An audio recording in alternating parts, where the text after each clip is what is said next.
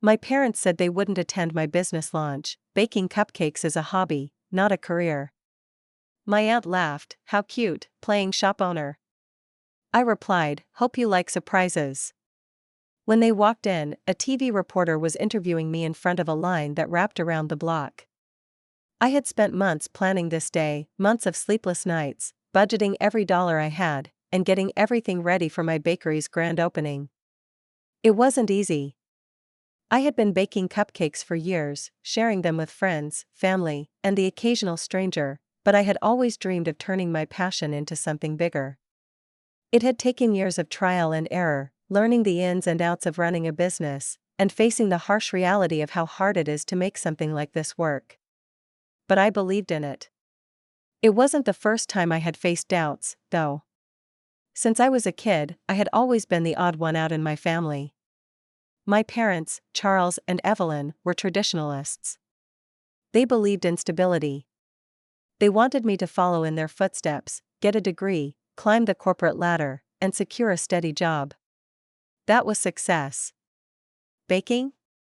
That was a nice hobby, a cute thing to do in your spare time. But a career? Absolutely not. You're 32, Olivia. Do you really think this is going to work? My dad had asked, shaking his head as I told them about my plans to open the bakery. Baking is a hobby, not a career. That was the hardest part. I had spent so much time trying to prove myself to them, but I never seemed to get it right. My mother was the same. She wasn't overtly mean, but her disappointment was always there, lingering in the way she looked at me, like she was waiting for me to fail. And then, there was my aunt, Jessica. She was the one who would laugh at my dreams. She wasn't malicious, but there was always that tone of mockery in her voice. How cute. Playing shop owner, she had said when I told her about the bakery. You really think this is going to be a real business? It's just frosting and sprinkles, Olivia. You're a grown woman, not a little girl with a dream. That sting had stayed with me for days. So, when I finally got the space, painted the walls, set up my equipment, and opened my doors, I knew they wouldn't be there. I knew my parents wouldn't show up. They hadn't supported my decision at all. But I didn't care. I was going to prove them all wrong. The day of the grand opening arrived, and I felt a knot in my stomach. The morning was chaos, last-minute deliveries, ensuring the cupcakes were fresh, getting the store set up just the way I envisioned. But as the clock ticked closer to noon, I started to get a sense of relief. People were starting to trickle in. At first, just a few regulars from the neighborhood, but soon the line started to form outside. I could barely believe it. Was this really happening? The sun was shining, and I could hear the buzz of excitement outside. I overheard snippets of conversation from the line. Did you hear about Olivia's cupcake shop? I heard it's amazing. Yeah, they're supposed to be like super fancy cupcakes. We have to try one. I couldn't help but smile to myself. Maybe I wasn't just playing shop owner after all. This wasn't just about cupcakes. This was my dream, my work, my future. And then, I saw her. Aunt Jessica walked in, her heels clicking on the hardwood floor. She was scanning the room, her eyes wide with surprise. The usual smugness on her face was replaced with something more genuine, curiosity, maybe even a little bit of admiration. But I wasn't about to let her off the hook that easily. I knew exactly what she thought about this whole thing. You made it, she said, her voice still carrying a hint of sarcasm. This is cute. I'm glad you think so, I replied, keeping my voice steady, fighting the urge to snap at her. It's a real business, actually. She raised an eyebrow. I didn't think you had it in you. But this? This is impressive, I'll give you that. I didn't have time to respond. There was more coming in, more people wanting to taste the cupcakes, more questions to answer. I saw my parents at the back of the line, lingering at the entrance. My dad didn't look happy, and my mom had her arms crossed, watching everything unfold with that look of skepticism still on her face. I tried to keep calm even as my heart was pounding. This was my moment. I couldn't let them see how much their opinion still affected me. I couldn't let them see that, even after all these years, I was still desperate for their approval. As I greeted each new customer and worked my way through the orders, I could feel the tension mounting. The line outside hadn't stopped growing. People were snapping photos, and I was starting to hear murmurs of excitement. And then, I noticed a figure in the doorway. A woman, holding a camera, a microphone, and a bright smile. "Are you Olivia Moore?" she asked, stepping forward with a kind of professional grace. She introduced herself as Claire from a local news station. I froze. "Yes, that's me. We've been following the buzz about your bakery, and we'd love to do a quick interview. It's not often that a small-town business gets this much attention. Do you have a moment?" I could hardly believe it. I looked around at the crowd, the growing line, the excitement in the air. This was happening. "Of course," I replied, trying to hide my shock. As Claire set up the camera and adjusted the lights, I could feel my heart racing. And then, I saw them. My parents. They had made their way closer, lingering by the door, watching the whole thing unfold. I couldn't tell if they were impressed or just trying to act like they weren't interested. But at that moment, I didn't care. The camera started rolling, and Claire began asking questions. I kept it calm and professional, but inside, I felt a rush of pride.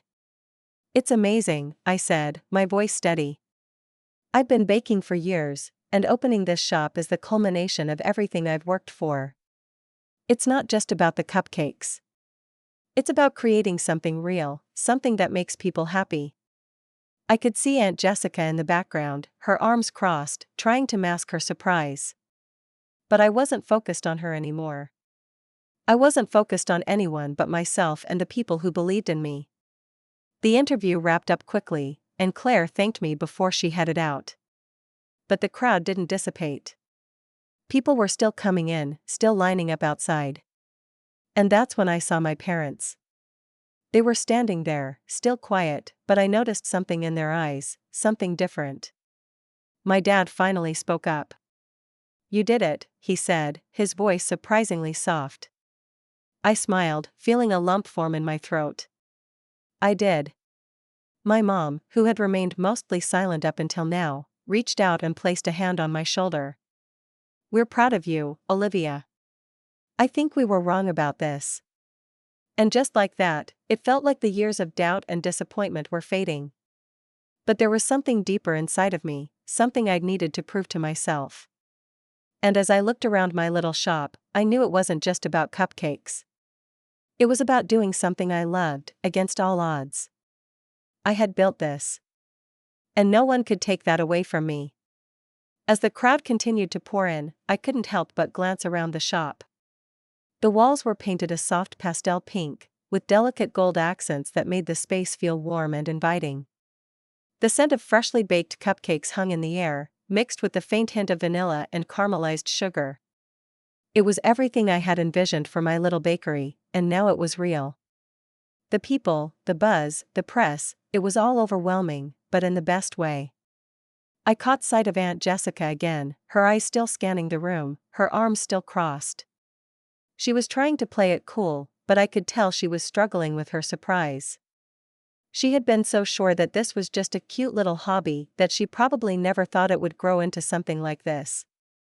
I couldn't help but feel a small, quiet victory deep down. "Can I get a cupcake to go?" one of the customers asked, breaking my thoughts. "Of course." I smiled at the man, handing him one of my signature vanilla bean cupcakes, decorated with a swirl of frosting and topped with edible gold flakes. He grinned as he handed me cash, clearly happy with the choice. As he walked away, he turned to his friend. "You know, I've never seen anything like this around here. This place is special." It was in moments like these that I realized how much I had underestimated the potential of my own dream. What had started as a small passion project had clearly become something more, something people wanted.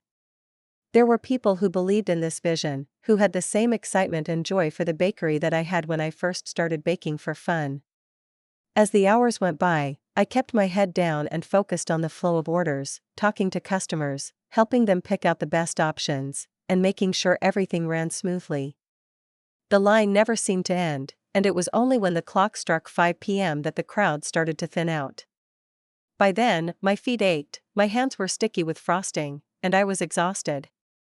But it was the kind of exhaustion that felt like success. I wiped my hands on a towel and leaned against the counter for a moment, allowing myself to take it all in. This was real. This was happening. And for the first time, I felt like I was truly on the path I was meant to be on. But then, just as I thought the madness might finally be over, I saw them.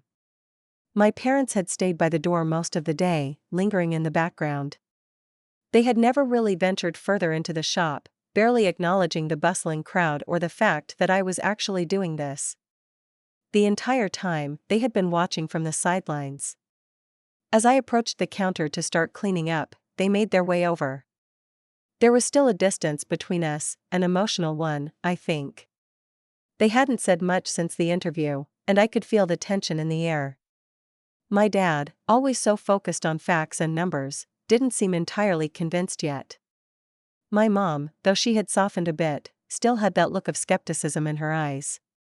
"Do you mind if we sit down?" My mom's voice broke through the silence, gentle but with a hint of hesitance. "Of course," I said, nodding toward one of the empty tables in the corner. "Please, take a seat." They sat down, and I couldn't help but notice how stiff my dad's posture was, how my mom kept fidgeting with her hands. It wasn't the relaxed family moment I had envisioned. They still seemed so distant, as if they couldn't quite bring themselves to accept that this, my bakery, was real. After a few minutes of awkward silence, I decided to break the ice. "I'm glad you're here." "I really am. I know you didn't think I could do this." My dad cleared his throat, looking uncomfortable. "It's not that we didn't think you could do it, Olivia. It's just, we wanted you to be practical. You're our daughter. We want you to be secure." "I get that," I said quietly, wiping down the counter behind me.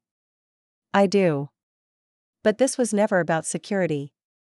It's about doing something that makes me happy. This isn't just a hobby for me. This is my future." My mom sighed, glancing over at my dad for support. "We're just worried, sweetheart. You've always been, well, a little more idealistic than the rest of us. We didn't want you to get hurt. The world isn't always kind to dreamers." "I know. But it's not just about dreaming anymore, Mom. It's about action. I've been working for this for a long time. And today showed me that maybe, just maybe, I'm on the right track." My dad, who had been unusually quiet up until that point, finally spoke up. "You really did it, didn't you?" His voice had a softer tone than usual, though still guarded. "You've got something here, Olivia." I could tell it was hard for him to admit it. My dad had always been a man of logic and reason, not someone who would openly embrace something that didn't fit into a neat, traditional box. But there was a shift in his eyes, something I hadn't seen before, a flicker of recognition that this was real, that this was my success. "Thanks, Dad," I said, my voice cracking slightly. I hadn't expected to hear those words from him, at least not so soon. It was a moment I had secretly dreamed of but never truly believed could happen. My mom, too, looked at me with a more relaxed expression than I'd seen in years. "You've done well, Olivia. I think we've been hard on you. And I'm sorry for that." I smiled, trying to hold back the overwhelming emotions I felt. I hadn't realized how much I'd needed their approval until now. It had taken me so long to get here, and all I wanted was for them to see what I saw, my potential, my dedication.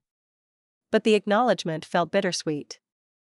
I had worked so hard to prove to them that I could do this, that I could make this bakery work. But even now, part of me wished they had believed in me sooner.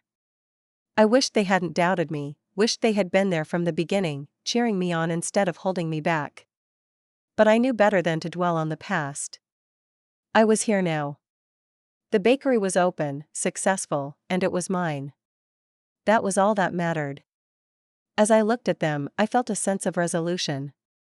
My family was here, my business was thriving, and for the first time in a long time, I didn't feel like I had to prove myself anymore. For the first time in my life, I felt truly seen. As I stood there, absorbing the rare moment of acceptance from my parents, something shifted in the air. It wasn't just the soft acknowledgement from my dad or the slightly warmer smile from my mom, it was deeper. It felt like a shift in the dynamic, something that had been missing for so long.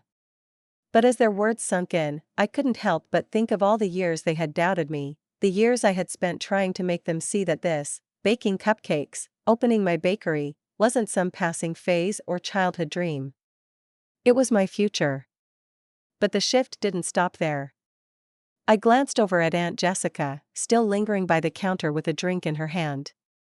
Her face had softened a bit, but her smugness was still lurking. I could see her trying to make herself look nonchalant, like this whole thing wasn't as big of a deal as it was. Like she hadn't been the one to laugh at me, to belittle my dream in front of the entire family. I couldn't let that go, not now. Not when everything I had worked for was finally paying off. I took a deep breath and turned to my parents. "I'm glad you two came today," I said softly, my eyes still on Jessica. "It means a lot. I wasn't sure I'd ever see you here, especially after everything." There was a long pause, but my parents didn't respond right away. Instead, they glanced at each other, a silent understanding passing between them. Finally, it was my mother who spoke. "We've been hard on you, Olivia. I think we thought we were helping you, but maybe we just couldn't see things the way you did. We're sorry. This is your dream, and we should have supported it from the start." I nodded, grateful for their words, even if they felt long overdue. It didn't erase the years of doubt, but it was a start. Still, my eyes kept drifting back to Jessica, whose expression hadn't changed at all. I could tell she still didn't think much of the whole thing. Her arms were still crossed, and there was a condescending smile tugging at the corner of her mouth. But I wasn't going to let that slide. Not anymore. I walked over to her, my heart pounding, but my steps firm. She looked up at me, eyes narrowing as I approached. "Well, Jessica," I said, keeping my voice steady but sharp. "You're still here, I see." She raised an eyebrow, as if she was waiting for me to apologize for all the times I had insisted this bakery would be something real. She wasn't ready for what was coming. "I have to say, I'm glad you showed up today. It's been nice to finally see you recognize that cupcakes aren't just cute little hobbies." I let the words linger in the air for a moment before continuing, "And I really appreciate you taking the time to see this place in action. I think, at this point, it's fair to say that playing shop owner is working out pretty well, don't you think?" Jessica's eyes flickered. She opened her mouth, as if she wanted to argue, but I wasn't giving her the chance to make excuses or try to brush it off. "I'm proud of what I built here, Jessica," I continued, letting the weight of my words settle. "It hasn't been easy, and I've fought for this every step of the way. And while you were laughing and telling me it was just a silly dream, I was working. I was learning. I was making it happen. So, yeah, this little hobby is doing just fine." Her expression faltered for a moment. I could tell she was trying to suppress the urge to show any vulnerability, but it was there. The cracks in her facade were showing. She had expected to walk in and see me failing, struggling, maybe even embarrassed by my cute little bakery. But that wasn't the case. The reality was that this place was thriving, and it was proof that everything she had said to me, the doubts, the mockery, was wrong. She took a deep breath, her arms uncrossing, but there was still a defiant edge to her. "I never said you couldn't do it," she muttered, though her words didn't carry the same conviction they once had. "Oh, I know," I said, leaning in a little closer, lowering my voice just enough so that only she could hear. "You didn't have to say it. I could see it in your eyes every time I told you about my plans. I could hear it in your laugh when I mentioned opening this place. And you know what? I don't need your approval anymore, Jessica. Not then, not now." I watched her closely as she swallowed, clearly taken aback. I didn't know if it was the weight of my words or the quiet confidence I had now that had caught her off guard, but it was satisfying. In that moment, I realized I didn't need her validation. I didn't need any of them to approve of what I was doing. This was my journey, and I had already won. Jessica stood there for a moment, her mouth opening and closing like she wanted to say something more but couldn't quite find the words. It was almost as if she was seeing me in a new light, one that didn't involve her patronizing me or treating me like I was still just the little girl with big dreams. "You've made your point, Olivia," she said, her voice quieter now, a far cry from the earlier mocking tone. I nodded. "I hope you like surprises, Jessica. Because this one was for me." I turned away from her then, walking back toward my parents, who had been watching the exchange in silence. They didn't say anything at first, but their eyes were filled with pride. I could feel their support now, and it was enough. The doubts had been buried, and in their place was something stronger, belief. As I made my way back to the counter, I caught sight of the reporter from the local TV station, Claire, who had returned to snap a few final pictures of the shop, her camera clicking away as she captured the success of the day. I was exhausted, but I couldn't help but smile. I had done it. I had turned my passion into a thriving business. And as the evening wore on, with the last few customers trickling out, I stood at the door, watching them leave with bags full of cupcakes, smiling and satisfied.